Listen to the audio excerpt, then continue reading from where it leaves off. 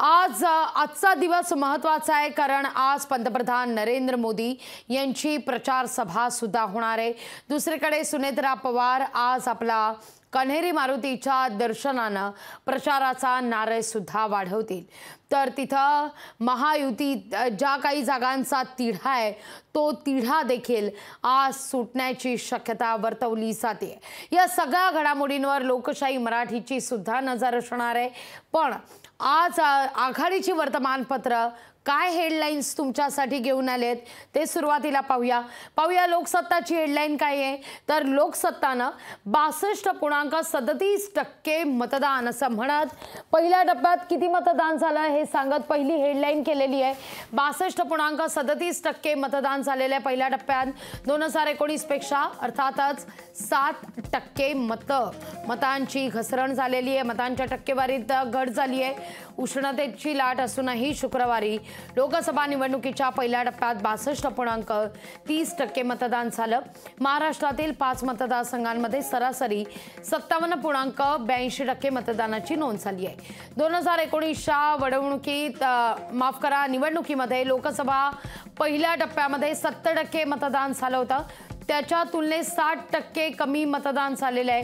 पश्चिम बंगाल आणि मणिपूरमध्ये काही ठिकाणी वगळता 19 राज्य आणि 2 केंद्रशासित प्रदेशांमध्ये 102 लोकसभा मतदारसंघांमध्ये शांततेत मतदान पार पडलेले आहे। लोकसभेसह सिक्कीम आणि अरुणाचल राज्यांच्या विधानसभेकरता मोठ्या प्रमाणावर मतदान झाल्याची माहिती केंद्रीय निवडणूक आयोगाकडून जारी करण्यात आलेली आहे।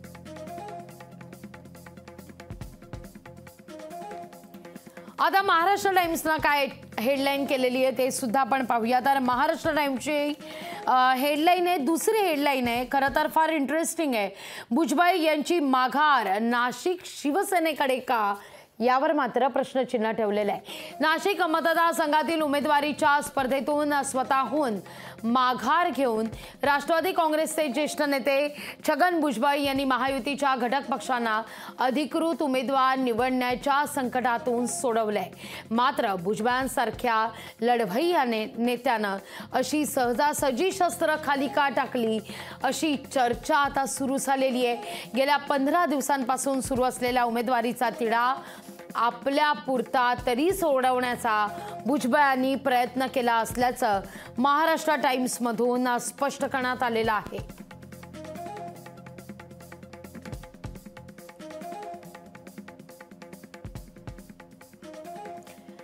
तर सामनातून हेडलाईन काय करण्यात आली आहे ते आता पाहूया। सामना शरद पवार यांचं आवाहन लोक हो पाकिटमार शोधा अशी सामनातून या ठिकाणी हेडलाईन करण्यात आलेली आहे। केंद्रात सत्तेवर आल्यानंतर शेतकरी पिकवतात ते स्वस्त करायचं आणि दुसरे पिकवतात ते महाग करायचं असं धोरण भारतीय जनता पक्षानं राबवलेलं आहे। भाजपच्या राजवटीत शेतकऱ्यांच्या एका खिशात पैसे टाकून दुसऱ्या खिशातून दुप्पट पैसे काढून घेतले जात आहेत। ही एक प्रकारची पाकिटमारी असून ही बंद झाली पाहिजे असा घणाघाती हल्ला करतानाच लोक हो या पाकिटमारांचा शोध घ्या आणि त्यांना बाजूला करा असं आवाहन राष्ट्रवादी शरदचंद्र पवार पक्षाचे अध्यक्ष शरद पवार यांनी केलेले आहे। अर्थात बारामतीतल्या सभेतून पवारांनी हे आवाहन केल्याचं पाहायला मिळत आहे।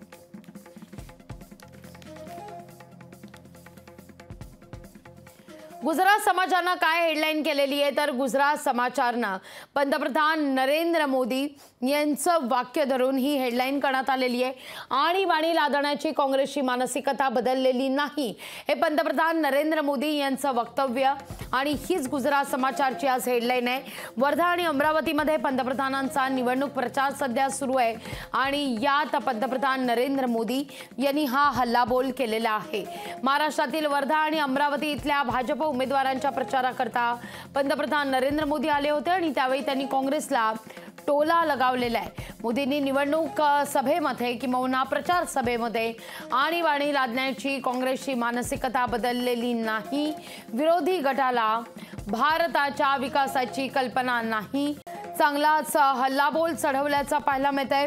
तसंच भाजपला जिंकलं तरी देश पेटेल भाजपच्या विकासाच्या अजेंड्याच्या विरोधात काँग्रेस आणि भारतीय संघटना देखील या सगळ्या संदर्भात पंतप्रधान नरेंद्र मोदी यांनी वक्तव्य केलेलं होतं। संविधानाला बेड्या ठोकण्याची आणि आणीबाणी लादण्याची काँग्रेसची मानसिकता बदललेली नाही आणि विरोधकांच्या भारत गटाकडे विकास समर्थक विचार नाही असं देखील पंतप्रधान नरेंद्र मोदी म्हणालेले होते। भाजप उमेदवारांच्या प्रचार सभेत बोलताना त्यांनी हे वक्तव्य केलेलं होतं। काँग्रेसला ठाऊक आहे की ते सध्याच्या लोकसभा निवडणुका जिंकू शकत नाही आणि म्हणूनच त्यांचे युवराज म्हणजेच राहुल गांधींचा संदर्भ देत ते धमकी देत असल्याचं या ठिकाणी पंतप्रधान नरेंद्र मोदी यांनी वक्तव्य केलेलं आहे।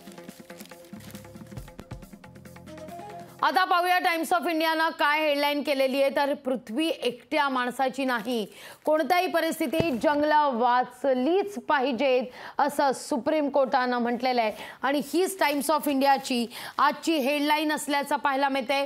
पृथ्वी एकट्या माणसाची नाहीये, कोणत्याही परिस्थितीत जंगलं वाचवली पाहिजेत असं सुप्रीम कोर्टाचं म्हणणं आहे।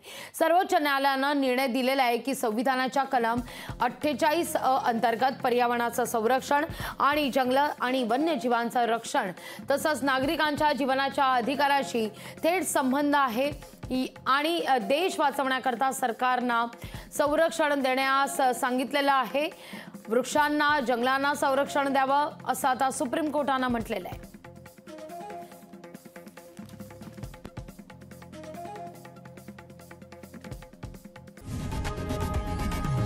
लोकशाही मराठी ऐका, पहा, जागरूक रहा।